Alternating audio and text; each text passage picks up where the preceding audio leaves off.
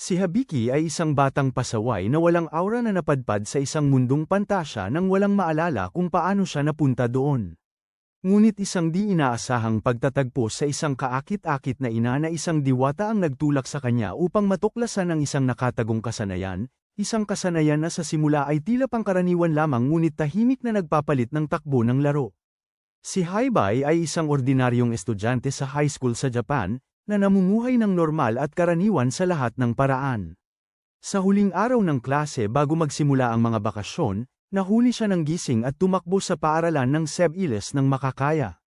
Ngunit sa sandaling buksan niya ang pinto ng kanyang silid-aralan, siya ay naipadpad sa isang ganap na ibang mundo sa isang malawak na damuhan na napapalibutan sa lahat ng panig ng mapanganib na halimaw.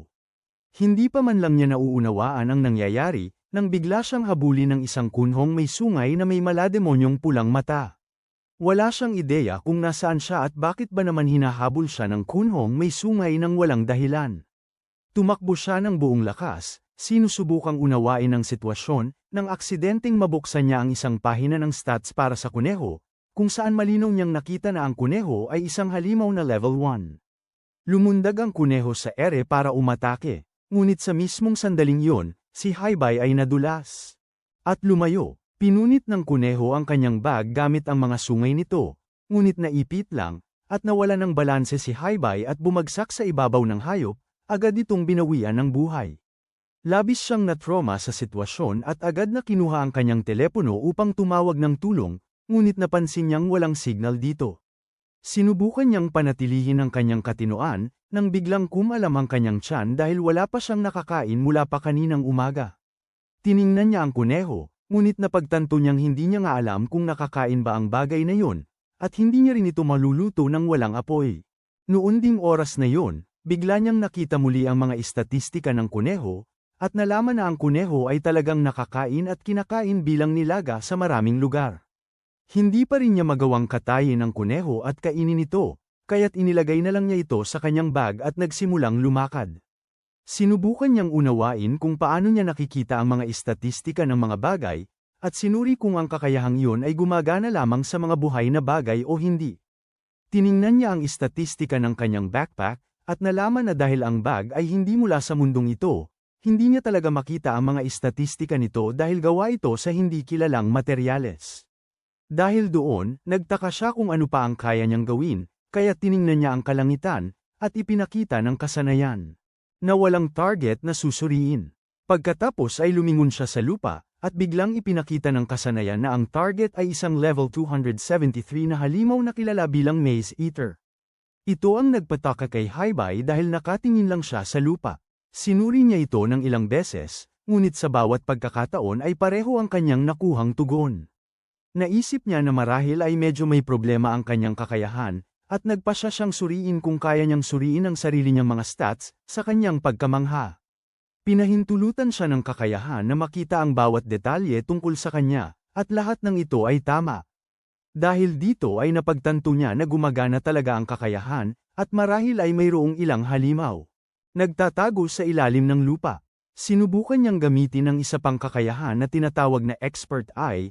Iniisip na makikita niya ngunit iyon ay naging ganap na wala dahil walang nangyari.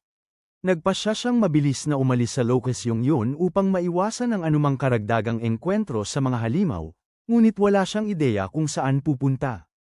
Mabilis niyang naiload ang isang mapa, ngunit mukha itong malaki ang pagkakaiba kaysa sa kanyang inaasahan. May maliit na kumikinang na tuldok sa malapit, nagpasya siyang sundan ang tuldok at tingnan kung saan ito patungo, at pagdating ng gabi, natagpuan niya ang kanyang sarili malapit sa isang kalsadang gawa sa bato.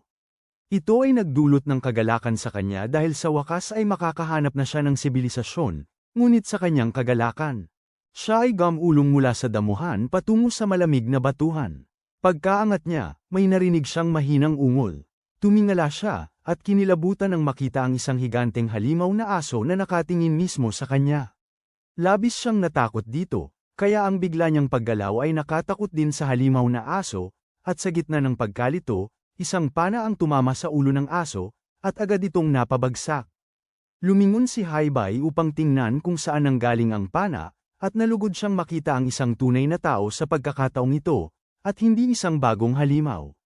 Nilapitan ng babae si Haibay, at agad niya itong pinasalamatan sa pagligtas ng kanyang buhay, at ang babae. Sinabihan siya na huwag mag-alala tungkol doon.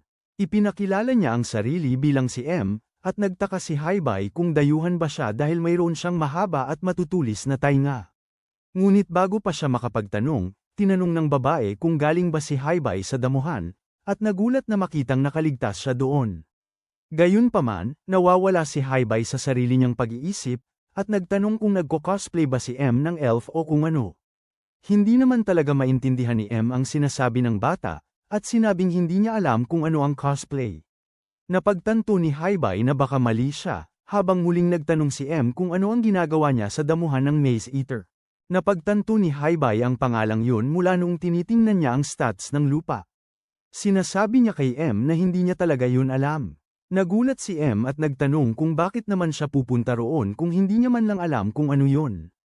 Sumagot si Haibay na bigla na lang siyang napadpad sa gitna ng kaparangan. Nagsimulang mag-isip si M kung ano ang posibleng dahilan yun, habang si Haibay naman ay nauwi sa pagtingin sa stats ng babae, at napagtanto niyang isa siyang totoong duwende, at 56 na taong gulang na siya kahit mukha lang siyang teenager. Ang boses ni M ay sumingit sa kanyang mga iniisip, habang sinasabi niya rito na ang isang Maze Eater ay isang halimaw na nagkukubli bilang ang mismong kaparangan at napakadelikado. Sinasabi niya na hindi ito direktang umaatake, ngunit naghihintay lang na bumagsak ang biktima sa pagod bago ito kainin. Niyakap niya ito at sinabing huwag nang mag-alala, dahil napakagaling niya na makaligtas lang sa maghapon. Pagdating ng gabi, inilabas ni M ang kanyang kaldero at ipinaghanda sila ng masarap na nilagang kuneho. Matapos silang mabusog, naghanda silang magpahinga. Habang inaalok ni M ito ng tsaa, pinasalamatan siya para sa kuneho dahil kung hindi, baka nagutom sila ngayong gabi. Tinanong ni Haibay kung nasaan sila at kung narinig na niya ang isang lugar na tinatawag na Japan, ngunit sumagot si M na hindi pa siya nakarinig ng ganoong lugar. Ngunit sinabihan niya ito na huwag mag-alala at nangako na dadalhin siya sa lungsod. Sa kalagitnaan ng gabi, nagising siya matapos mangarap at tinignan ang kanyang telepono, nagtataka kung nag-aalala ang kanyang mga kaibigan. Napansin niya ang magagandang berdeng kumpol ng ilaw na lumulutang sa hangin at sinuri kung ano ang mga ito gamit ang kanyang kakayahan, at napagtanto na ito ay isang protektibong spell na inilagay ni M upang magbigay babala kung sino man ang lumapit sa kanila. Bumangon siya at naglakad-lakad sa lugar, inobserbahan ang lahat habang tuluyan niyang natanggap na hindi ito panaginip at nasa ibang mundo siya kung saan anumang bagay ay maaaring mangyari sa kanya. Unti-unti ngunit tiyak, sinimulan na rin niyang maunawaan ang kanyang kakayahan, na siya ay isang tagasuri, isang uri ng trabaho na hindi naman gaanong bihira sa mundong ito. Iniisip niya kung paano kahit sa mundong ito ay isa lamang siyang ganap na karaniwan at pandak na hari na walang mga astig na kakayahan. Pinalis niya ang isiping yun sa kanyang isipan at bumalik sa pagtulog, iniisip ang mga paraan para makabalik sa kanyang mundo. Kinabukasan ng umaga, maaga silang nagising at nagpasya na lumarga patungo sa pinakamalapit na lungsod.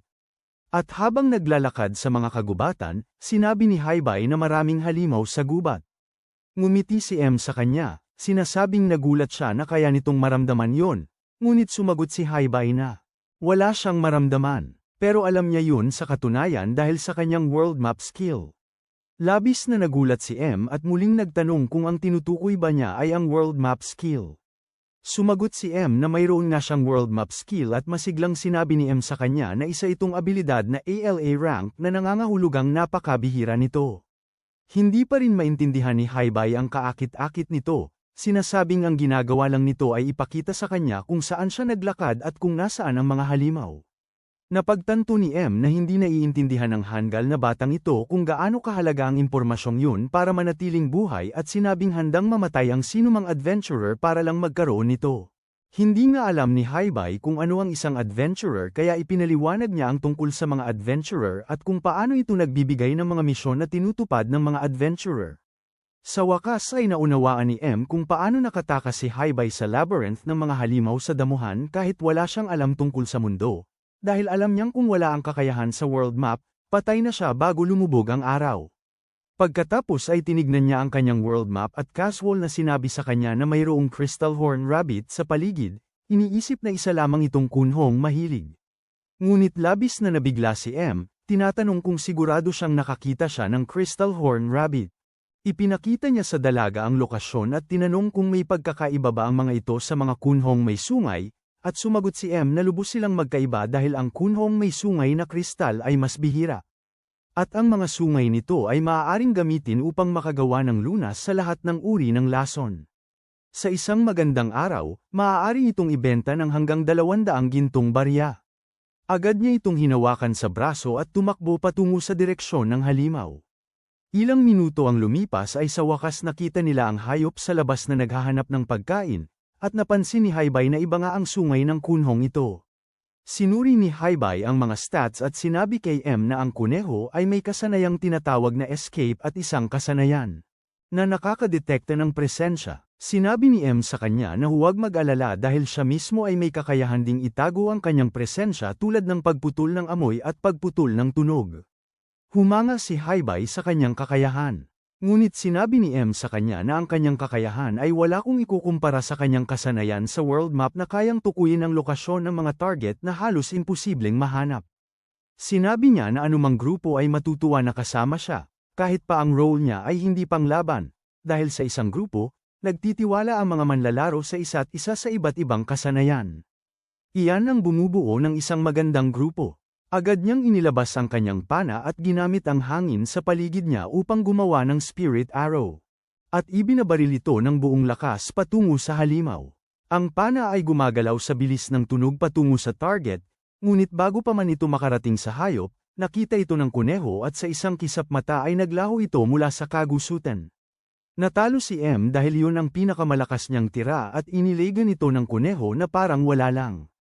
Sabi niya baka dapat na nilang iwanan ito, dahil iyon ang pinakamalakas niyang atake at hindi man lang lumapit sa kuneho.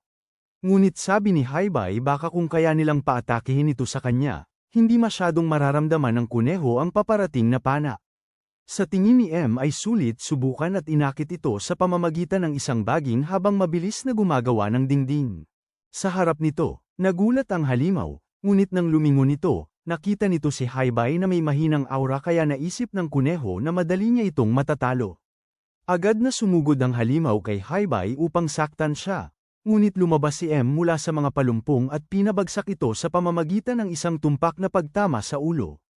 Biglang nakatanggap si Haibay ng abiso na umangat na ang kanyang antas at kinuha ni M ang sungay na kristal, sinasabing magaling silang magkatrabaho at marahil ay maaari pang magtulungan. Nang araw ding yun, nakarating sila malapit sa lungsod ng Roll, isang mataong bayan na puno ng mga tao mula sa iba't ibang lugar. Nang makapasok, napansin ni M na napakahiwaga ng itsura ni Haibay sa kanyang kapansin-pansing pananamit. Kaya kinumutan niya ito ng kanyang balabal, sinasabing baka medyo mahaba ito dahil maikli si Haibay na isang hari, pero sapat na yun sa ngayon at sa perang makukuha nila pagkatapos ibenta ang sungay. Kaya nilang bilhan siya ng mga damit at magkaroon pa ng sobrang pera para makakuha ng ilang sandata at baluti.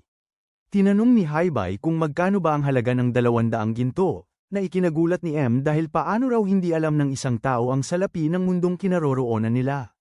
Mabilis na inisip ni Haibay ang kanyang mga abilidad at napagtanto niyang ang 200 ginto ay humigit kumulang katumbas ng 10,000. Habang iniisip niya kung gaano karaming pera ang hawak nila, lumapit si M sa kanya at dahan-daang hinawakan ang kanyang mukha bago sabihin na kahit alam niyang napakabago pa niya sa mundong ito, sinabihan niya ito na pigilan ang sarili sa pagpapakita sa lahat sa mundong ito kung gaano siya kawalang alam. Kung hindi, siguradong pagsasamantalahan ng mga tao ang kanyang kawalang malay. Makalipas ang ilang sandali, pumasok sila sa guild ng mga adventurer at tila maraming nakakakilala kay M at nagsimula silang magtanong kung nagpasya na ba siyang makipagtulungan sa iba at gumawa ng grupo sa halip na mag-isa. Ngunit nang makita nila si Haibay, nagsimula silang tumawa, nagtatanong kung tumatanggap na siya ng trabahong pagbabantay ng bata. Nagalit si M at sinabihan sila na tumahimik dahil kahit mukhang bata si Haibay, siya ay isang matanda lang na pandak.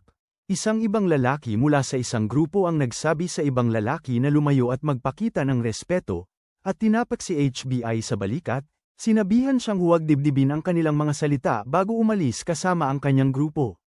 Sinasabi ni M kay Haibay na ang lalaki ay kabilang sa sikat na pangkat na tinatawag na Silver Banner. Pagkatapos nyon, lumapit sila sa resepsyonista na si Jewel, na lumabas na isang babaeng halimaw, na muling ikinagulat ni Haibay, dahil hindi pa siya nakakita ng ganoon noon. Mukhang kilala rin ni Jules siya at tinanong kung ano ang gusto niya ngayon, ngunit sinabi ni M sa kanya na narito siya para magbenta ng isang bagay at humiling ng isang hiwalay na silid. Dinala sila ni Jules sa isang hiwalay na silid kung saan nakita ni Haibay ang isang taong may malaking pangangatawan na napakamaskulado, na para bang kara-rating lang mula sa Mr. Olympia. Agad na humanga si Haibay at nagsimulang purihin ang kanyang pangangatawan, na nagpasaya lalo sa lalaki, at hinubad niya ang kanyang damit upang bigyan si Haibay ng mas magandang tingin, habang nanunood ang mga babae na may pagkasuklam. Nagpakilala ang lalaki bilang si Ball, ang guild master, at kinamayan si Haibay habang tinanong ni Haibay kung maaari niyang hawakan ang mga kalamnan nito at nagsimulang humingi ng mga plano sa pag-eehersisyo sa gym para siya makakakuha din ng pangangatawan na tulad kay Ball. Nagselos ang mga babae sa kanilang pagbabonding ng mga lalaki at ginamit ang kanilang mahika para pabagsakin silang dalawa sa sahig, matapos malinis ang sahig. Sa wakas ay umupo silang lahat upang pag-usapan kung ano ang gustong ibenta ni M, at buong pagmamalaki niyang inilabas ang magandang sungay na kristal mula sa kuneho. Si Ball ay labis na natuwa, dahil sinabi niya na ito ay mas malaki pa sa nakita niya 3 taon na ang nakakaraan. Naging masaya si M tungkol dito at tinanong kung magkano ang ibabayad ni Ball para dito. Sa kanyang pagkagulat, sinabi ni Ball na bibilhin niya ang sungay sa halagang 400 gintong barya, na doble sa kung ano ang una niyang gusto. Iniisip ni Haibay na nakakakuha sila ng magandang deal, ngunit sa kanyang pagkagulat, tinanggihan siya ni M, na sinasabing hindi siya tanga at alam niyang naibenta ang sungay 3 taon na ang nakakaraan sa halagang 230 gintong barya. Sinasabi niya na ang sungay na dinala niya rito ay 3 beses ang laki ng sungay na yun, ngunit ang guildmaster ay nag-aalok lamang ng dobleng presyo. Aniya, dahil ang isang ito ay 3 beses na mas malaki kaysa sa nakaraang sungay, gusto niya ng 3 beses na mas maraming pera na nagkakahalaga ng 800 gintong barya, at hindi magkatugma ang matematika sa isip ni Haibay. Ngunit nagpasya siyang manahimik at hayaan si M na humarap dito. Sabi ni Ball na hindi niya kayang bayaran ang ganoon kalaki, at nag-aalok ng 550 barya, habang si M naman ay tumapat ng 780 barya, pagkatapos ng mahabang pagtatalo. Sa huli, napilitan si Ball na mag-alok ng 700 gintong barya habang nakakuyom ang kamao at sinabi ni M na may kasunduan na sila. Sobrang saya ni M, ngunit si Jules ay tila hindi nalilibang, dahil ngumisi siya ng nakakatakot at sinabi kay Ball na dahil lumampas sila ng malaki sa kanilang budget, kailangan na lang nilang kaltasin ang sobrang pera mula sa kanyang sweldo sa susunod na buwan. Nagulat si Ball, ngunit wala siyang masabi habang nagsimulang magsalita si Jules at iginiit na para sa isang guild master na walang kaalam-alam sa kanilang budget bago pa magsimulang tumawad, ito ang perpektong parusa. Lubos na natuwa at sumaya si M sa pag-iisip na ngayon ay wala nang pagpipilian si Haibay kundi ang hilingin kay M na isama siya sa kanyang grupo upang mas marami pa silang mapuntahang pakikipagsapalaran at kumita ng pera. Gayunpaman, walang sinabi si Haibay at hinayaan si M na makipag-usap kay Jules tungkol sa sitwasyon ng pera at paglilipat, habang siya ay bumaba at naghintay sa isang mesa. Nang bigla siyang makarinig ng mga boses sa kanyang isip, sa simula ay naisip niyang nababaliw na siya. Ngunit kalaunan ay nakasiguro siyang may kausap siya. Ito pala ang literal na Diyos ng mundong ito, na nagsasabing binigyan niya si Haibay ng mga espesyal na kakayahan tulad ng tutorial, at dahil doon, dahan-dahan niyang matututunan ang tungkol sa mundong ito nang hindi nakakaramdam ng labis na pagkabigla. Sabi ng Diyos na hindi niya ito makausap sa lahat ng oras at paminsan-minsan lang siya makakakontak, ngunit nangakong tutulungan siya hanggat kaya niya, upang si Haibay ay manatiling buhay sa pagkatapos nito. Hindi na siya nagpaliwanag pa at muling naglaho, iniiwan si Haibay na may mas maraming tanong kaysa dati. Sinubukan niyang tawagan muli ang Diyos, ngunit walang swerte doon, ngunit sa oras na yon, dumating din si M. At papalapit na sa kanya, nang biglang abutan siya ng miyembro ng guild ng isang sobra, sinasabing may itinalagang quest para sa kanya. Binuksan ni M ang liham at biglang nagbago ang buong kilos niya habang sinasabi niya lang kay Haibay na kailangan niyang gawin ng isang bagay sa labas ng bayan at hindi niya matanggihan ang quest, pero hindi rin niya ito maisama dahil magiging napakadelikado ng misyon. Naintindihan siya ni Haibay at sinabi sa kanyang huwag mag-alala, nangako na magiging maayos siya mag-isa. Hindi siya sigurado, sa totoo lang, kung magiging maayos ba siya o hindi, pero pakiramdam niya ay sapat na ang naigulo niya rito at marami na siyang naitulong sa kanya, at hindi na siya dapat ganap na umaasa rin sa kanya. Hindi rin sigurado si M at sinasabing pinakiusapan niya si Jul na bantayan lang ito, kung sakali, at tinanong kung ano nga ba ang plano nito pagkatapos nito. Nakangiti, sumagot si Haibay na plano niyang magparehistro bilang isang adventurer sa puntong ito dahil nakita niya ang quest board at mayroong ilang quest na kahit ang mga hindi lumalaban tulad niya ay maaaring gawin. Pinayuhan siya ni M na maging lubhang maingat at kasabay niyon. Iniabot niya rito ang mapa ng isang bahay kung saan siya nanatili sa lungsod. Sabi niya ay pwede itong matulog doon habang wala siya at sinabihan itong hanapin si Tanya sa Goddess Inn. Nangako siya na magkikita silang muli sa lalong madaling panahon at doon sila naghiwalay muna. Mabilis na nagtungo si M sa tarangkahan ng labasan kung saan niya nabangga ang isang babaeng may itim na buhok at napahiga ito. Mabilis niya itong tinulungang tumayo at humingi ng paumanhin. Sinabing pabalik siya sa kanyang bansa sa biglaang abiso at nagmamadali. Mukhang interesado ang babae at sinabing nagkataon lamang dahil siya mismo ay nagpaplano ng paglalakbay sa bansa ng mga engkanto at nagtanong kung pwede silang magsama. Balik sa lungsod, gumagabi na at lubusang nawawala ang pakiramdam ni Haibay nang wala si M at ang tanging ginawa lang niya ay matulog sa kama nang walang ginagawa at maging ang Diyos ay hindi tumutugon sa kanyang mga panawagan. Ang kanyang mga iniisip ay nag-ambala ng isang katok sa pinto at pumasok ang may-ari ng taberna na si Tanya. Tinatanong si Haibay kung maayos lang ba siya dahil wala pa siyang nakakain mula pa kaninang umaga. Sinabi niya na malapit nang ihain ang hapunan at tinawag siyang bumaba para kumain. Umupo muli si Haibay at inisip kung paano niya kailangan ding maghanap ng trabaho, dahil hindi niya alam kung gaano katagal-tatagal sa kanya ang pera mula sa sungay. Sinuri niya muli ang kanyang mga istatistika at napagtanto na ang solo combat ay ganap na imposible, ngunit mayroon siyang espesyal na kakayahan na makakatulong sa kanya na isaulo ang mga aklat medikal sa pamamagitan lamang ng pagbabasa sa mga pahinang iyon. Agad niyang ginamit ang kasanayan at isang aklat medikal ang lumitaw sa harap niya sa pamamagitan ng mahika, ngunit imbes na basahin niya ang aklat, direktang ipinasok ang nilalaman nito sa utak ni Haibay. Literal itong nagpatuloy sa loob ng ilang araw at pagkatapos, isang umaga ay natapos din ito. Sa wakas, bumangon si Haibay at nagpasya na mamili. Ang unang hakbang ay bisitahin ang pinakamalapit na armory at mula roon ay kumuha siya ng isang bungkus ng pangunahing gamit, na makakatulong sa kanya upang mas makisalamuha sa mga tao ng mundong ito. Pagkatapos nito, nagpasya si Haibay na pumunta sa guild upang maghanap ng ilang misyon. Bago pa man niya makausap si Jul, bumukas ng biglaan ang pinto at pumasok ang party silver banner.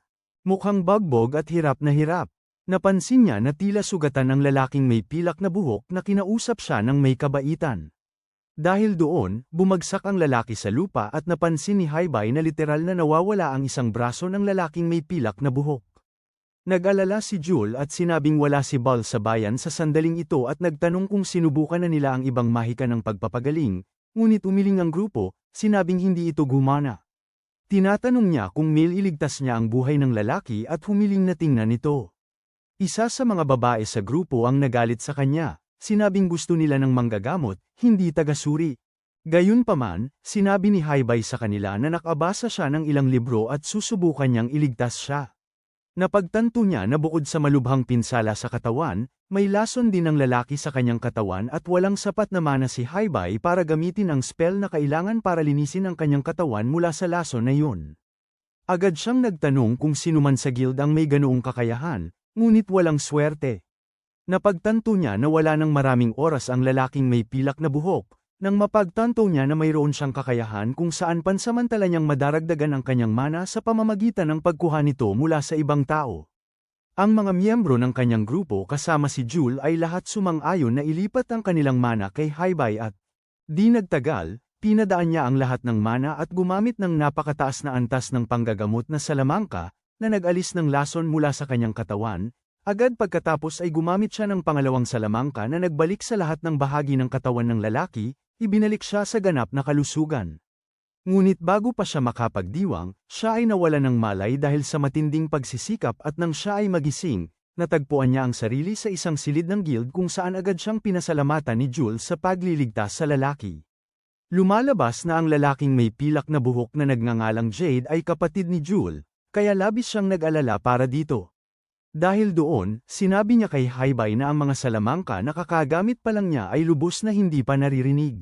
Sa syudad at kung kumalat ang balita, tiyak na may susubok na samantalahin siya. Ayon sa kanya, mas mabuti kung kukuha siya ng isang tanod, marahil isang manlalaban na kalahating hayop at kalahating tao. Sa rekomendasyon ni Jule, nagpunta si Hibiki sa kumpanya ni Debbie upang maghanap ng tanod. Ang lugar ay mukhang isang maharlikang ari-arian sa halip na isang lugar ng mga tagapaglingkod at sa loob ay isang kakaibang lalaki na nagngangalang Asherith at nagpakilala si Debbie. Gayunpaman, binitiwan ni Debbie ang pormalidad at agad na sinimulang singutin ang amoy ni Hibiki dahil naamoy niya na magiging napakahalagang kliyente si Hibiki. Ipinakita ni Debbie kay Hibiki ang ilang maskuladong lalaki na tiyak na magugustuhan niya. Gayunpaman, tinanggihan ni Hibiki ang lahat ng mga ito. Hindi naman sa labis niyang pinapahalagahan ang lakas, ngunit ang mga lalaking ito ay kulang sa mana, na labis na kailangan ni Hibiki sa kanyang tagapagbantay, lalo na kung nais niyang gamitin muli ang mahika ng pagpapagaling. Nagpasya si Debbie na ipakita kay Hibiki ang iba pang mga tagapagbantay na maaaring magustuhan niya. Ngunit pagkatapos ay sinabi ng tinig ng Diyos sa batang adventurer na lumabas at maghanap ng isa para sa kanyang sarili. Ang ideyang yun ay hindi pa talaga sumagi sa isip ni Hibiki at pinili niyang baliwalain muna ito. Sa pagpapatuloy kay Debbie, kinailangan ni Hibiki na humingi ng paumanhin sa pagiging isang mahirap na kliyente. Gayunpaman, wala namang pakialam ang lalaki. Sa huli, naamoy niya ang matamis na amoy ng kayamanan na nanggagaling kay Hibiki. Matapos gamitin ang kanyang appraiser skill kay Debbie, nalaman ni Hibiki na mayroon itong kakaibang abilidad na kilala bilang sense for money. Literal na naamoy ni Debbie kung may pera ang isang kliyente o kung malapit na itong yumaman sa hinaharap. Ito ang dahilan kung bakit napakamaarugain ni Debbie. Napansin naman ni Hibiki ang isang kakaibang bahagi ng mansyon kung saan medyo naiiba ang pakiramdam ng aura. Ipinaliwanag ni Debbie na doon nananatili ang mga indibidwal na hindi angkop sa labanan o hindi na makakabalik sa kanilang lupang tinubuan. Sila ang mga bodyguard na may depekto at posibleng ito ang lugar kung saan makakahanap si Hibiki ng isang tao. Angkop, kaya napagdesisyonan niyang tingnan din ang lugar na ito, na lalong nagpasaya kay Debbie dahil anumang ibenta niya rito ay kikita. Habang naglalakad sa maliwanag na pasilyo, nakita ni Hibiki ang isang pininsalang hawla na may sugat-sugat na taong lobo at isang maliit na batang babae sa loob. Ang lobo ay nawawalan ng kapwa braso at isang binti, habang ang maliit na bata ay takot na takot. Ayon kay Debbie, nagwala ang lobo sa pagtatangkang protektahan ng bata. Bagamat hindi naman ito krimen, ang mga patakaran ay patakaran pa rin at pareho silang inilagay sa loob ng hawla. Mayroon ding kapangyarihan ang maliit na bata na dapat magpataas ng kanyang halaga. Gayunpaman, hindi niya ito kontrolado na madalas humahantong sa mga mapanirang pangyayari. Nang marinig ni Debbie at Hibiki na pinag-uusapan sila na parang produkto ay nag-alboroto ang Wolfman. Umungol siya at pinapaalis ang bata. Medyo natakot sa interaksyong ito. Si Hibiki ay hindi man lang natinag, kaya nagpasya siyang kumonsulta kay Sapo. Sinimulan niya ang proseso ng pagtatasa ngunit nakatagpo siya ng kanyang unang hadlang. Ang Wolfman at ang maliit na batang babae ay may peking istatistika, malamang bilang proteksyon upang walang sinumang makabili sa kanila. Gayunpaman, natuklasan din ni Hibiki na maaari siyang gumamit ng isang pinahusay na kasanayan na kilala bilang expert eye upang ibunyag ang kanilang totoong istatistika. Ang kakayahang ito ay hindi lamang may antas na SSS, kundi isang bagay na sapalaran na iginawad ng Diyos. Sa puntong ito, nagsisimula ng makaramdam ng bahagyang pagkabahala si Hibiki dahil ang buong pag-iral niya sa mundong ito ay nagiging isang malaking cheat code, ngayon, sa tulong ng kakayahang expert eye. Muling sinulyapan ni Hibiki ang lalaking lobo at nakahanap ng ilang kawili-wiling impormasyon. May pangalan pala ang lobo, si Claude Abrez. Siya ay 26 na taong gulang at ang trabaho niya ay isang level 15 na kabalyero. Nakahanap din si Hibiki ng isang kakaibang kasanayan na kilala bilang gumagalaw na kadena, na mas parang isang sumpa. Gayunpaman, hindi siya interesado sa pagbabasa ng ganoong karaming impormasyon ngayon. Isang karagdagang pagsisiyasat ang nagpapakita na si Claude ay isa ring level 95 na bayani. Hindi pa nakakita si Hibiki ng ganoon kataas na antas. Halos mawala siya sa sarili. Pagkatapos, nagpa siyang gamitin ang kasanayan sa pagtatasa sa babae at nalaman niyang Lillian Rouge ang pangalan nito at isa siyang pantas. Muli, napakaraming impormasyon at nagsisimula ng sumakit ang ulo ni Hibiki. Gayunpaman, nalaman niyang may kakayahan si Lillian na kilala bilang Raging Sanctuary. Ang kasanayang ito ay isang pagsubok na ipinataw ng Diyos at hindi ito makokontrol ng isang tao, kaya't humahantong ito sa pagkasira sa sarili. Tumingala si Hibiki sa Diyos, nagtataka kung paano ito naging napakalupit sa isang napakaliit na babae. Gayunpaman, nanatiling kampante ang Diyos dahil ito ay isang pagsubok na kailangan pagdaanan ng isang pantas. Ngayon na mayroon na si Hibiki ng lahat ng mahalagang impormasyon, napagdesisyonan niya na magiging mahusay na bodyguard sina Claude at Lillian dahil sa kanilang malawak na mana. Gayunpaman, mayroon pa rin siyang ilang pag-aalinlangan dahil sa hindi batid na sumpa ni Claude. Kaya sumingit si Sapo na may mungkahi at sinabi kay Hibiki na gamitin ang kasanayang panlunas. Tila, dapat na alisin ng kasanayang ito ang sumpa kay Claude at tulungan siya sa ilang paraan. Kinumpirma ni Hibiki ang kanyang pagpili kay Debbie at ang kitakot-takot na lalaki ay labis na nasa sabik. Ang ideya na may isang tulad ni Hibiki na gagawa ng ganoong kapaki-pakinabang na pagbili ay sapat na para ituring ni Debbie ito ang pinakamagandang araw ng kanyang kahabag-habag na buhay. Hindi na iniisip ni Hibiki na ligtas ang lugar na ito at mabilis siyang umalis kasama ang kanyang mga bagong bodyguard. Sa labas ng bayan, sa wakas ay nakakausap na ni Hibiki sina Claude at Lillian sa labas ng kanilang nakapanlulumong kinalalagyan. Nilinaw ni Hibiki na wala siyang gagawing masama sa babae, ngunit may mga plano siya para mismo kay Claude. Dahil dito, nakaramdam ng hindi komportableng pagdududa ang lalaking lobo, ngunit ang tinutukoy lang ni Hibiki ay ang kakayahan niyang magpagaling. Kailangan lang niya ang tulong ni Lillian upang mapagaling ang nawawalang mga braso at binti ni Claude. Masaya si Lillian na tulungan si Hibiki, kahit na isang oras pa lang silang nagkakakilala. Itong buong panahon, pinanatili ni Claude na ligtas si Lillian anuman ang mangyari, kaya nais niyang ibalik ang kabutihan sa pamamagitan ng pagtulong sa anumang paraan na makakaya niya. Inutusan ni Hibiki si Lillian na tanggapin ang kanyang kontrata upang mailipat ang kanyang mana sa kanya. Ang masigasig na batang babae ay agad na pumayag sa kontrata at pinayagan ang kanyang mana na damaloy kay Hibiki. Nang masimulan ang kontrata, mayroon ng kinakailangang mana si Hibiki upang gamitin ang perpektong paggaling at ibalik ang sugatang katawan ni Claude. Inactivate ni Hibiki ang spell habang isang matinding liwanag ang bumabalot kay Claude, at siya ay umuungal sa sakit. Sa loob lamang ng ilang segundo, ang kanyang katawan ay naibalik sa dati nitong kaluwalhatian. Namangha si Lillian nang makita ang minamahal niyang si Claude na bumalik sa dati niyang sarili. Ang gawaing ito ng kabaitan ay patunay na hindi sila sasaktan ni Hibiki, at unti-unti ring nagbubukas ang kalooban ni Claude. Tinanong ni Hibiki si Claude kung bumuti na ang pakiramdam niya, at bagaman magtatagal pa para maabot ng taong lobo ang dating lakas niya, nararamdaman niya ang kapansin-pansing pagbabago sa buong katawan niya. Nauunawaan ni Hibiki na kakailanganin ni Claude ng panahon para maibalik ang kanyang buong kapangyarihan. Tutal, may isang hindi kilalang sumpa na ipinataw sa kanya, na nagpapahirap sa taong lobo na malampasan ang kanyang lakas.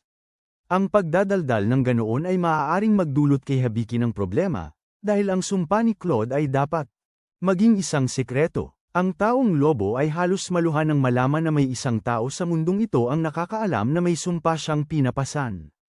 Ibinunyag din ni Hibiki na sa hinaharap, si Lillian ay magiging isang pantas.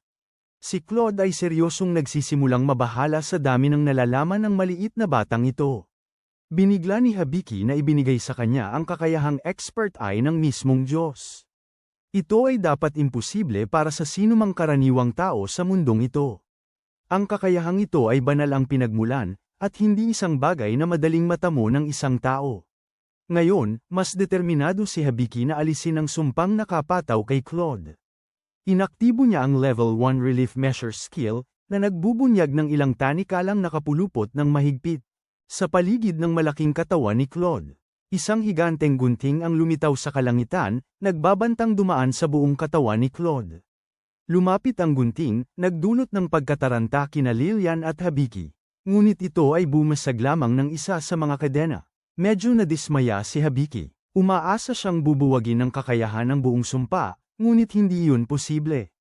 Ang kakayahang relief measure ay level 1 lamang at kayang basagin ang lahat ng kadena. Sa kabila nito, isa itong sandali ng matinding pasasalamat para kay Claude. Lumuhad siya at humingi ng paumanhin kay Hibiki sa kanyang kawalang galang. Ngayon, ang taong lobo ay wala ng iba kundi kabaitan para sa kanyang bagong amo. Sa katunayan, labis na naantig si Claude. Nais niyang isagawa ang seremonya ng katapatan. Isang kasunduan na lilikha ng hindi mapuputol na bigkis. Sa ritual na ito, si Claude ay palaging mananatili sa tabi ni Hibiki, poprotektahan siya at magpapakita ng katapatan anuman ang mangyari. Higit pa sa handa si Hibiki na bumuo ng alyansa kay Claude, na nagpawangay ng buntot ng lobong tao tulad ng isang aso. Gayunpaman, iminungkahi ni Sapo na ang paggamit ng kasanayan sa kontrata ay lalong magpapatibay sa kanilang bigkis. Ang kontrata ay maglalagay din ng obligasyon kay Hibiki na tuparin ang kanyang pangako. Tulad ng inaasahan, nagsimulang lumuha si Claude nang malaman niyang nais ni Hibiki na gamitin ang kontrata. Kasanayan din, nagsisimulang maghiwalay ang mga ulap at lumilitaw ang mga sinag ng liwanag habang si Claude ay nanunumpa ng katapatan kay Hibiki. Ipinapangako niya ang buong katawan, isip at kaluluwa habang inilalagay ni Hibiki ang isang gintong espada sa balikat ng lobong lalaki. Nang matapos ang ritual at tanggapin ni Hibiki ang katapatan, namangha siyang makita ang isang nagniningning na sagisag na umiilaw sa kanyang kamay. Si Claude ay may kaparehong banal na liwanag na nagmumula rin sa kanyang kamay. Ayon kay Claude, ito ang sagisag ng mga espiritu ng liwanag at ito ay tanda na kinikilala ang kanyang katapatan. Sa wakas, tila nagkaroon si Hibiki ng mga bagong kasama, kahit na teknikal na. Bilhin sila. Habang nagkakaroon si Hibiki ng mga bagong kaibigan, pabalik na si Emilia sa bahay kasama ang kanyang kakaibang katulong na si Stalia na labis na nahuhumaling sa kanya. Dahil matagal nang naglalakbay ang mga babae, nais ni Emilia na bisitahin ang isang kalapit na hot spring. Gayunpaman, bagaman gustong-gusto ni Stalia na makasama si Emilia nang sila lang, nawawalan siya ng gana sa pag-iisip na nandoon si Ivel. Ngunit desperado si Emilia na magkaroon ng mga bagong kaibigan, kaya pinipilit niya ang kanyang mga kasama na pumunta sa hot springs anuman ang mangyari. Sa labas ng bayan, nakikipag-usap si Hibiki kina Claude at Lillian tungkol sa kanilang paglalakbay at itinalagang tungkulin. Pumasok siya sa isa pang kontrata sa kanila at pagkatapos ay nakatanggap ng pagtaas ng antas sa kanyang kasanayan sa grimoire sa buong panahong ito. Nakikipag-usap din si Hibiki kay Sapo kaya nagsimulang magtaka si Claude kung baliw ang bago niyang amo o nakikipag-usap talaga sa isang tunay na tao. Inihayag ni Hibiki na nakikipag-usap siya sa isang boses na nagsasalita sa kanya at tumutulong sa kanya. Dahil dito ay mas nakakonekta si Claude ng mga punto at tinanong niya si Hibiki kung taglay din niya ang kasanayan sa tutorial at kung mayroon siyang titulong manlalakbay mula sa ibang mundo. Mukhang marami nang alam si Claude tungkol kay Hibiki at ang kanyang papel bilang isang nagmula sa isang ice guy. Ang taong lobo ay laging nakakarinig tungkol sa pagkakaroon ng ibang mundo ngunit hindi niya pinaniwalaan na totoo ang mga ito. Nang marinig ang kamanghamanghang kakayahan ni Hibiki na kaloob ng Diyos, nagbunsod ito kay Claude upang magbunyag ng karagdagang impormasyon. Naniniwala siya na ang kapangyarihan ni Hibiki ay may kaugnayan sa punong Diyos. Mayroong 11 Diyos sa mundong ito at ang punong Diyos ay hindi lang makapangyarihan kundi isa ring lubos na mangmang. Nagtataka noon si Hibiki kung ang sumpa na ipinataw kay Lillian ay malamang nagawa ng punong Diyos. Walang kam-alay-malay si Lillian na mayroon siyang sumpang nagpapabago ng buhay na ipinataw sa kanya, kaya nang malaman niya na ang kanyang mahikang kapangyarihan ay maaaring magdulot ng kanyang kapahamakan, ang maliit na batang babae ay labis na nagulantang. Mas mabuti sana kung nanahimik na lang si Hibiki, pero medyo huli na para doon ngayon. Dagdag pa, naniniwala si Claude na ang sumpa ni Lillian ay maaaring konektado sa Diyos ng Mahika. Sa kalangitan, dumating ang Diyos ng Mahika, desididong maghayganti sa punong Diyos dahil sa pagsasabi ng kanyang sariling kalokohan. Ang isip ni Hibiki ay naging isang arena ng labanan para sa mga Diyos habang naririnig niya ang Diyos ng Mahika na nakikipagtunggali sa punong Diyos. Siya ay mas mapagmataas at malamig kaysa sa Diyos na nakasanayan ni Hibiki na marinig. Inihayag ng Diyos ng Mahika na ipinagkaloob niya ang kakayahang grimoire kay Hibiki, na magpapahintulot sa kanya na tulungan si Lillian sa hinaharap. Ngunit hindi siya ang uri ng maawang Diyos na maaari mong ipanalangin araw-araw. Matapos makipag-usap kay Hibiki, Patuloy na pinahihirapan ng Diyos ng Mahika ang punong Diyos, habang si Hibiki naman ay pinahihirapan ang pagkakaroon ng lahat ng mga tinig na ito sa kanyang ulo. Kapag kalmado na ang lahat, isinaaktibo ni Hibiki ang kasanayan ng grimoire, at nakita na lang niya ang isang malambot at puting pusa na nakatitig sa kanya.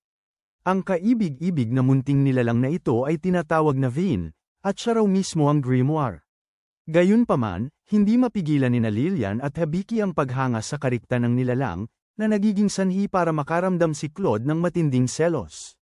Tuwing hinahaplos ni Hibiki si Vin, nararamdaman niya ang pagbabago ng aura ni Claude sa kanyang likuran.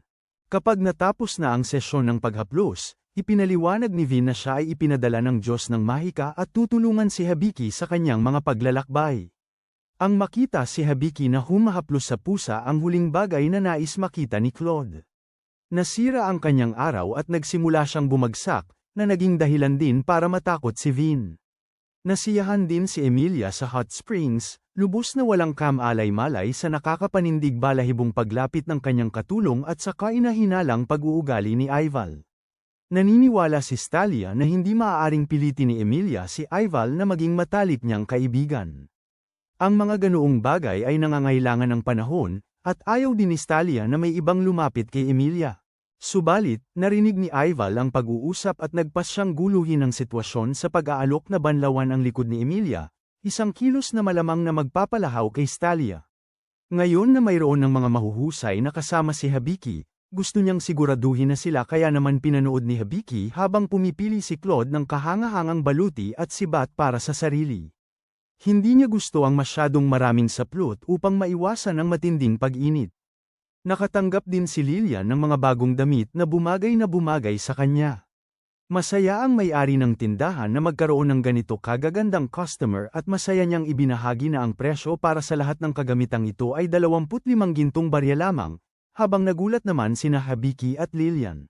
Dahil sa mataas na presyo, para kay Claude, napakamura nito. Nahihiya si Lillian na may kinuha siya para sa sarili niya, kaya sinubukan niyang isauli ang sariling balabal, ngunit hindi iniinda ni Hibiki ang pagbibigay ng luho sa mahirap na dalaga. Gusto pa nga niyang pumili si Lillian ng sarili niyang baston para makapagsanay siya ng mahika.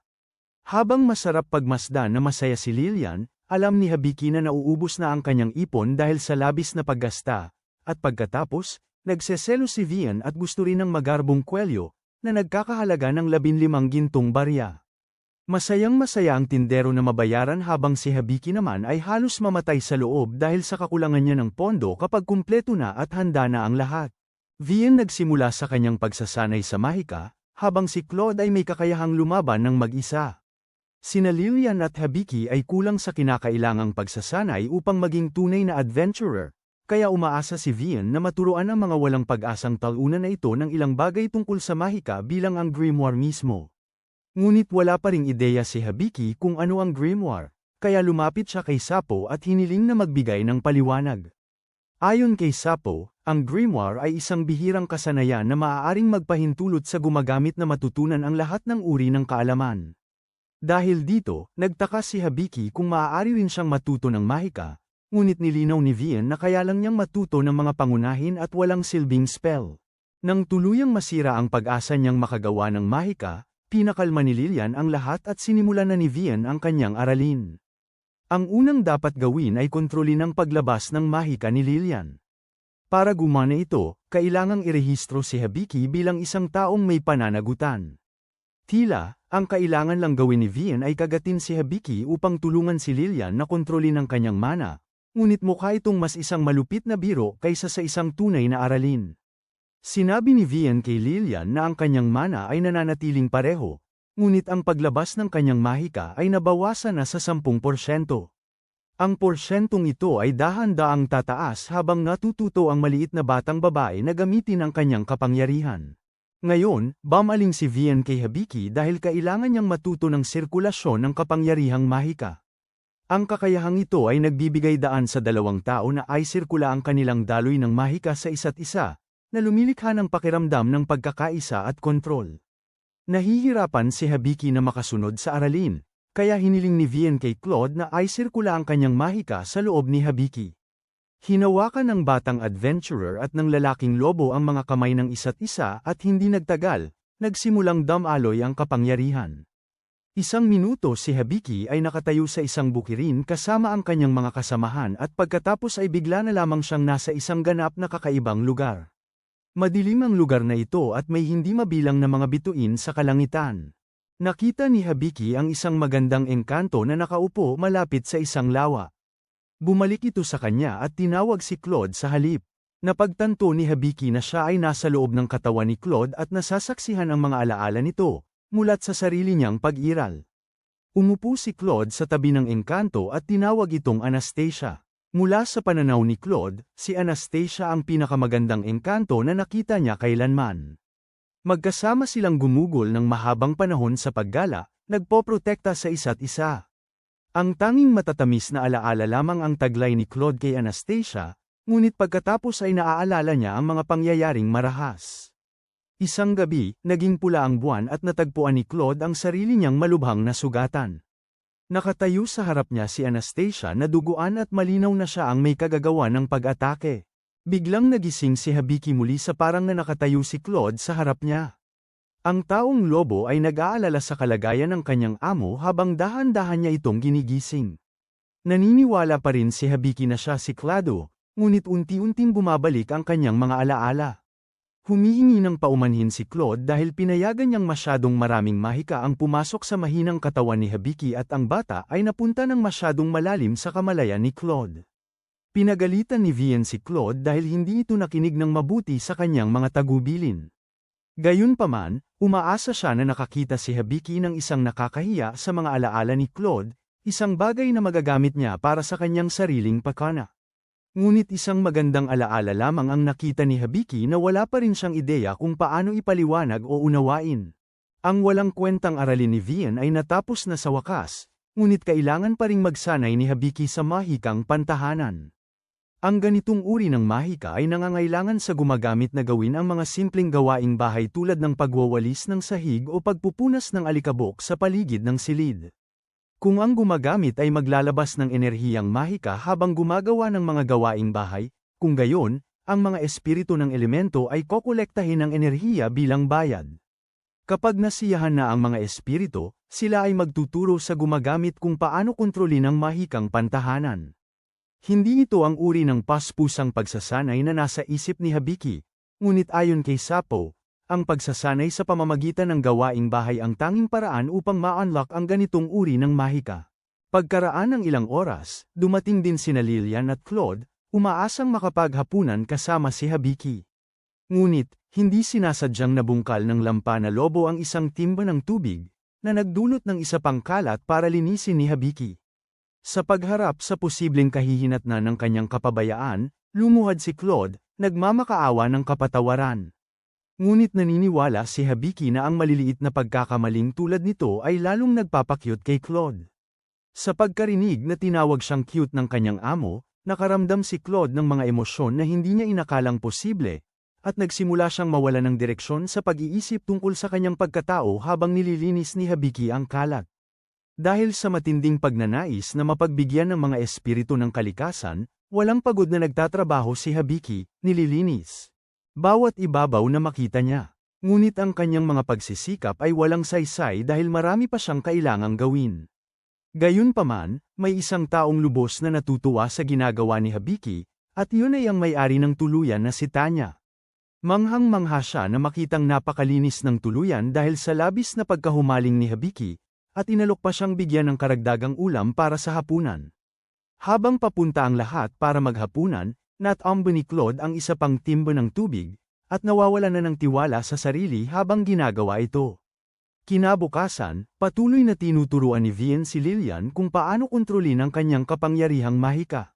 Malaki na ang naging pag-unlad ng maliit na batang babae, ngunit kung ikukumpara sa kanya, si Hibiki ay nasa isang malungkot na estado. Wala siyang ideya kung paano magsanay gamit ang espada.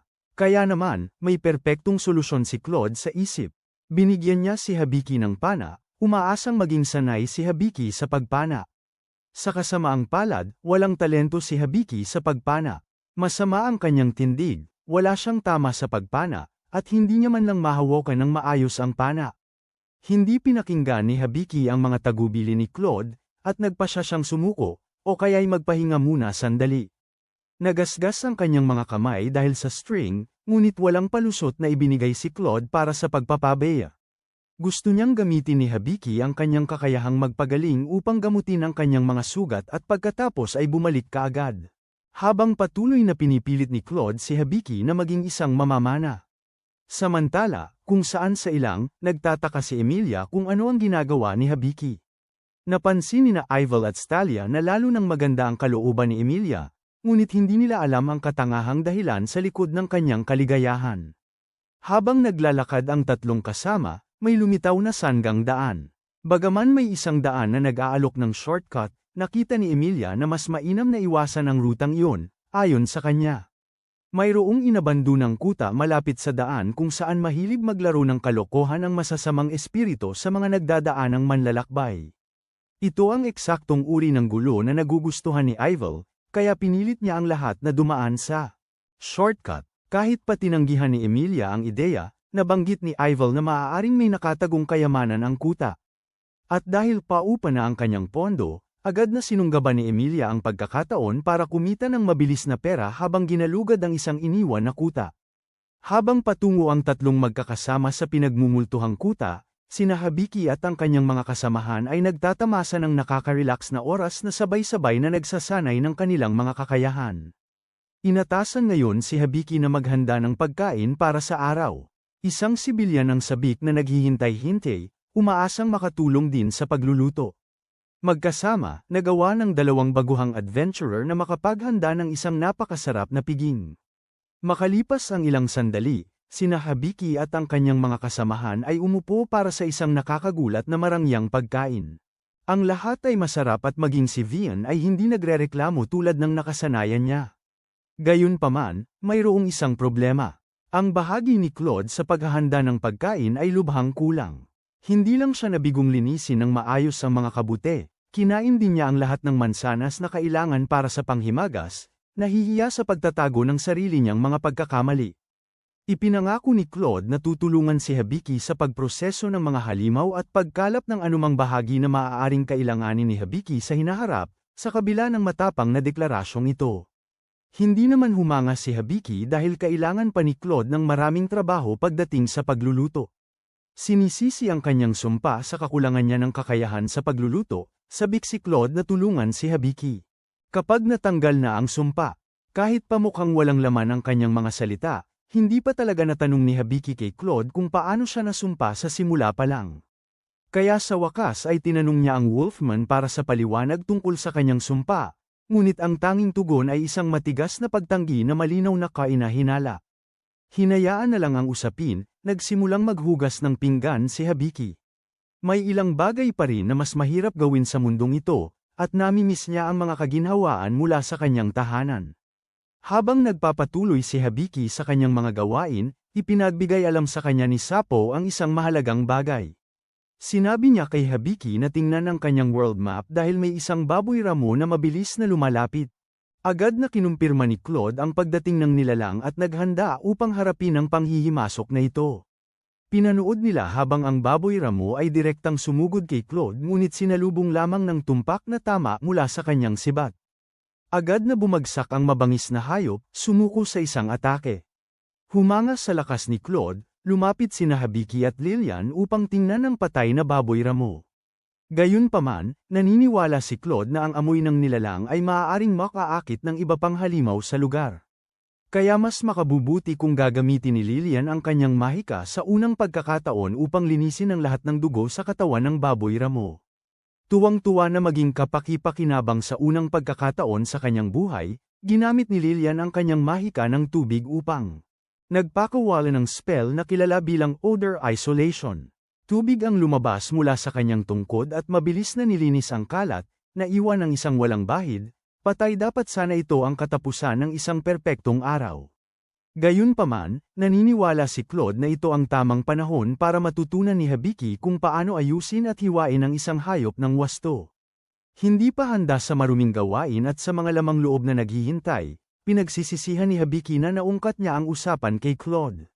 Samantala, dumating na si Emilia at ang kanyang mga kasama sa nakakapanindig balahibong kuta. Mukhang madilim at walang buhay ang lugar at tila maliit ang tsansa na makahanap ng kayamanan.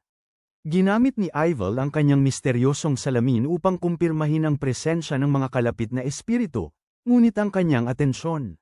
Mabilis na nakuha ni Emilia na maririnig na sumisigaw sa tuwa. Nakatuklas si Emilia ng isang kahangahangang kaban ng yaman.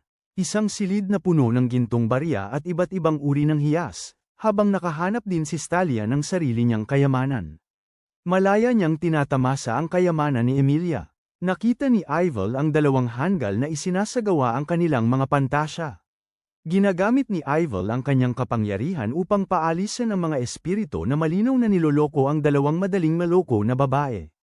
Nakagawa din si Habiki ng ilang pag-unlad at sa wakas ay natuto kung paano magkatay ng hayop. Ngunit ngayon, ang lahat ay nababalutan ng dumi. Kaya nagpasya si Habiki na ito ang perpektong oras para gamitin niya ang kanyang bagong nakuha na bubble wash. Ang kawawang si Claude ang naging unang sumailalim sa pagsubok at kaya lang niyang tumayo ng hindi gumagalaw habang iniaabot ni Habiki ang kanyang kakayahan sa paghugas patungo sa maruming lobo. Sa simula, tila isang kapahamakan ang paghuhugas, ngunit pagkatapos ay pinunasan ni Claude ang mga bula at nahayag ang malambot at makinis na balahibo.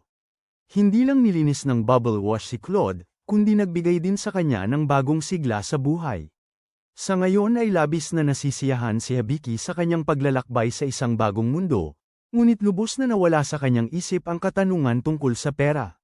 Ngayon pagkatapos bumili ng mamahaling gamit para sa kanyang mga kasama, kailangan sabihin ni Habiki kina Lilian at Claude na ayon kay Habiki, ang tanging paraan upang mailigtas ang kanilang sarili mula sa kahirapan ay sa pamamagitan ng pagkuha ng ilang pera mula sa guild. Gayunpaman, dahil hindi pa technically mga adventurer si Habiki at ang iba, kailangan nilang magsimula sa kinatatakutang F-rank quests na ayaw kumpletuhin ng kahit sino.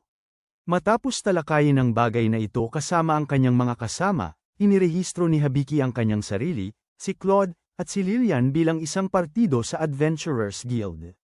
Ngayon ay maaari na silang tumanggap ng mga quest, ngunit hindi inasahan ni Habiki na babagsakan sila ng napakaraming trabaho. Tinanggap ni Claude ang halos lahat ng quest na makita, upang mabilis silang makapagsimulang kumita ng pera. Dahil karamihan sa mga quest ay mababang antas, naniniwala si Claude na kailangan ni Habiki na tumanggap ng ilan ng mga ito nang sabay-sabay upang kumita ng sapat na pera. Nalulungkot sa pag-iisip na sobrang dami ng trabaho, napansin ni Habiki ang ilang pangmisyon, kabilang ang isang wanted poster para sa isang bandido na kamakailan ay nagnanakaw mula sa mayayaman. Dahil hindi naman talaga kayang hawakan ni Habiki ang kaso ng bandido, nakalimutan niya ang bagay na yun at nagtungo sa kagubatan upang kumpletuhin ang kanyang unang misyon. Tinitigan ni Habiki ang isang walang kam-alay-malay na kristal na kuneho. Hawak ang kanyang pana, handa siyang pabagsakin ang halimaw, ngunit inabot si Habiki ng nakakahiya ang dami ng oras upang sa wakas ay tamaan ang target. Mahahalata ni Claude na mahina pa rin si Habiki pagdating sa anumang uri ng pisikal na trabaho, pero maganda pa rin ang tira para sa isang baguhan. Samantala, tinatapos din ni Lilian ang mga misyon sa pamamagitan ng pagtitipo ng lahat ng uri ng halaman. Nakahanap siya ng isang espesyal na uri ng prutas na maaaring magsilbing mahusay na pananda kung sakaling maliga ang grupo sa gubat.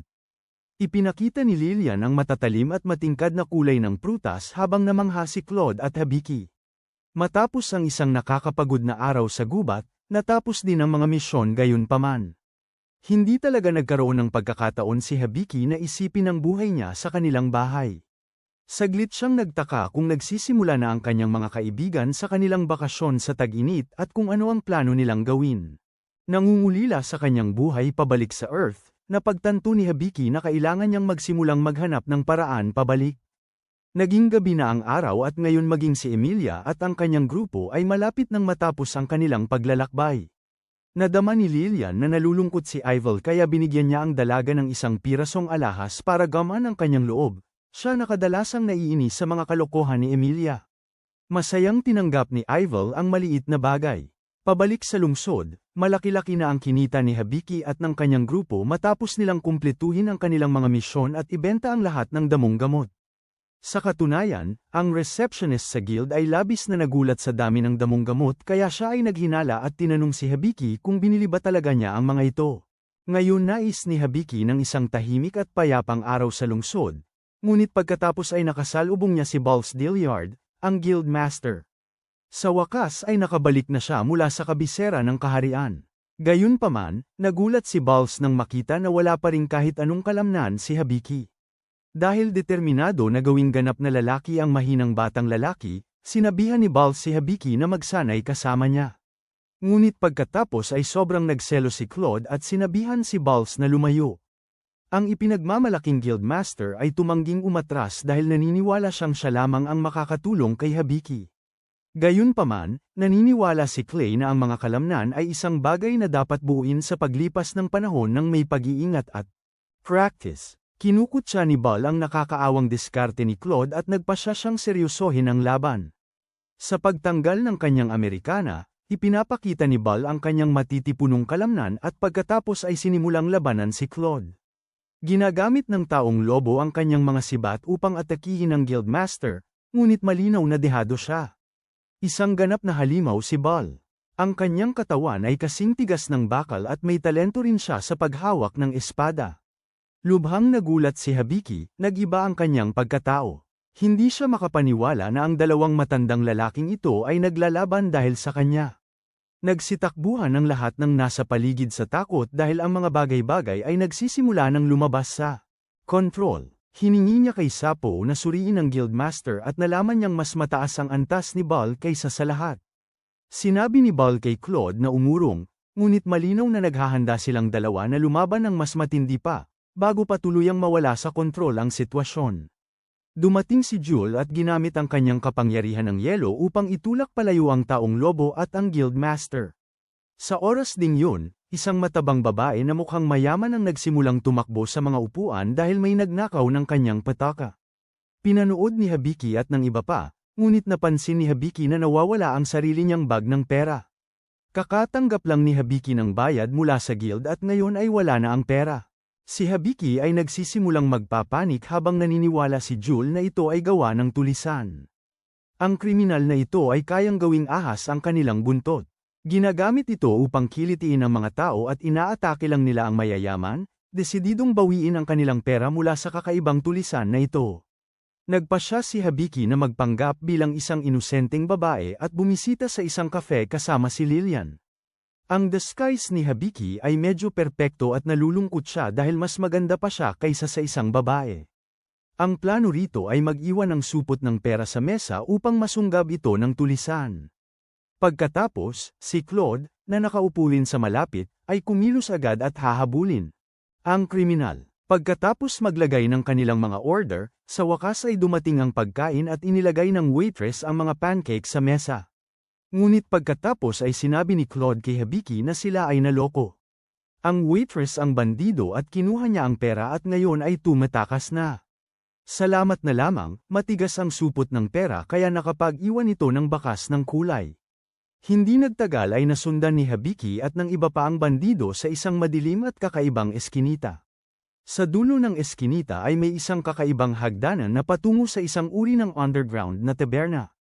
Lahat ng klase ng kainahinalang tao ay nagtipon dito na gumagawa ng kakaibang bagay. Pumasok si Hibiki at ang iba pa sa kakaibang lugar na ito, ngunit si Hibiki ay nakabalat kayo pa rin kaya kakaiba. Sinimulang landiin siya ng mga lalaki. Isang lalaking maskulado at walang pang-itaas ang sumubok na landiin si Hibiki gamit ang panyo. Matapos baliwalain ang kakaibang tao, nakasalubong naman ni Hibiki ang isa pang lalaking walang pang-itaas na bruskong pumatay ng lamok. Wala sa mga taong ito ang kahawig ng bandidong may mabalahibong buntot, ngunit napansin ni Hibiki ang isang kakaibang tao na nakasuot ng hood. Ang figurang nakasuot ng hood na ito ay talagang nangingibabaw. Kaya nagpasya si Hibiki at ang iba pa na sundan ang estranghero. Sa ilalim ng hood ay isang kakaibang babae na may dambuhalang mabalahibong buntot. Sinabihan ni Hibiki ang estranghero na ibalik ang perang ninakaw niya. Gayunpaman, malinaw na hindi man lang natatakot ang babae kaya nagbanta si Hibiki na gagamitin ang kanyang mga kapangyarihan ng appraiser sa kanya.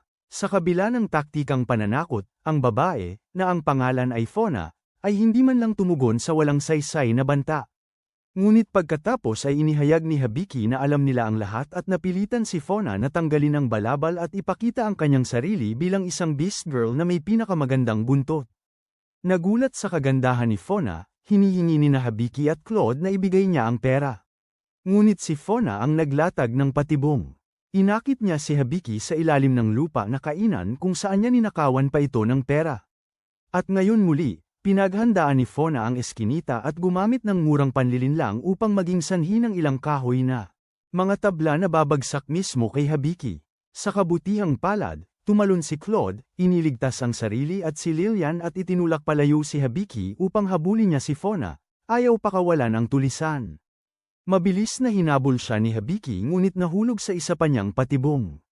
Lumingon si Fauna at nakita si Hibiki na nakasabit sa kanyang bitag na alambre, nakabitin ng patiwarik at nagmamakaawa na pakawalan. Sumigaw si Hibiki para humingi ng tulong habang kinukutsa siya ni Fauna. Ngunit napansin ng babaeng hayop na lalaki pala si Hibiki.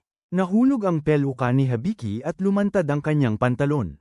Sa totoo lang, nakita siyang napaka-cute ni Fauna sa kalagayang yun, kaya inalok niyang ibigay ang pera sa isang kondisyon. Nais ni Fauna na suriin ni Hibiki ang ilang bagay na nasa kanya. Tinanggap ang simpleng kondisyong ito.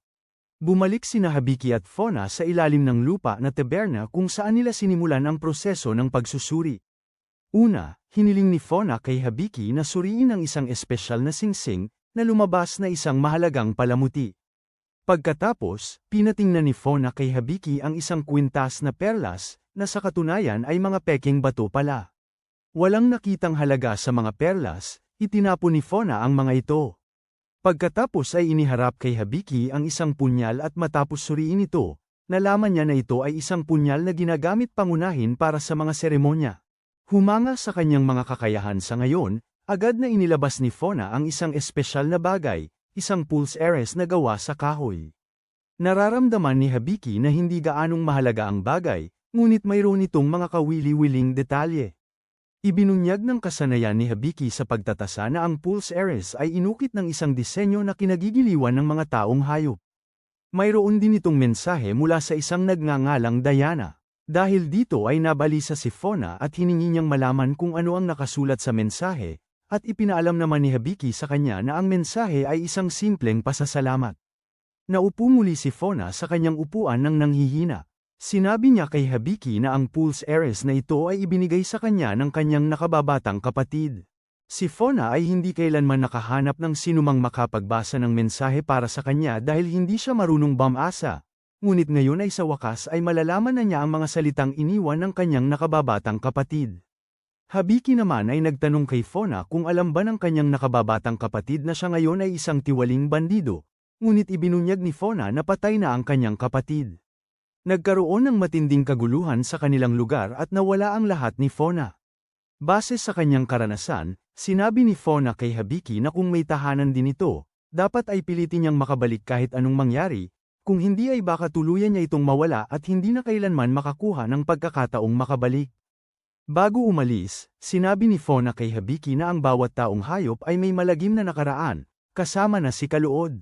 At dapat niyang subukang tanungin ang taong lobo tungkol sa kanyang pinagmulan. Pagkatapos ay iniwan niya si Hibiki na may halik at ang kanyang pera, hindi na muling nakita. Natapos ang araw at bumalik si Hibiki sa taberna kung saan sinubukan ni Tanya na alisin ang mga marka ng lipstick ni Fauna sa mukha ni Hibiki. Naroon din si Bal, at mayroon siyang mahalagang mensahe na ibabahagi kina Hibiki at sa iba pa. Ayon sa Guildmaster, isang bagong bata at masiglang grupo ang lumitaw mula sa kaharian. Sila ay kilala bilang corpse killer at inutusan na asikasuhin ang mga undead ng mismong hari. Nagulat ako sa balitang may mga undead na halimaw sa mundong ito. Nagulantang si Hibiki sa balita. Naniniwala si Bal na ang grupo ay naglalakbay patungo sa syudad at maaaring dumating anumang araw ngayon. Mas kinabahan pa si Hibiki nang marinig ito dahil nangangahulugan iyon na may mga undead na halimaw sa lugar. Kalaunan, pinag-usapan ni Hibiki, Claude at Lillian ang ligaw na araw na kanilang naranasan at kung gaano karaming bagong bagay ang natutunan ni Hibiki sa proseso. Sa huli, nais niyang maglakbay at makilala ang isang taong may kaalaman. Napagtanto ni Claude na marahil ay isang pantas ang tinutukoy ni Hibiki. Sa mundong ito, may mga dakilang pantas na nabuhay ng mahigit 500 taon at nagtataglay ng malawak na karunungan. Pagkatapos ay tinanong ni Claude si Hibiki kung bakit niya nais makipag-usap sa isang pantas, ngunit ang sagot nito ay ikinagulat niya at ni Lillian. Nais ni Hibiki na makabalik sa sarili niyang mundo at maaaring makatulong sa kanya ang pagtanong sa isang pantas.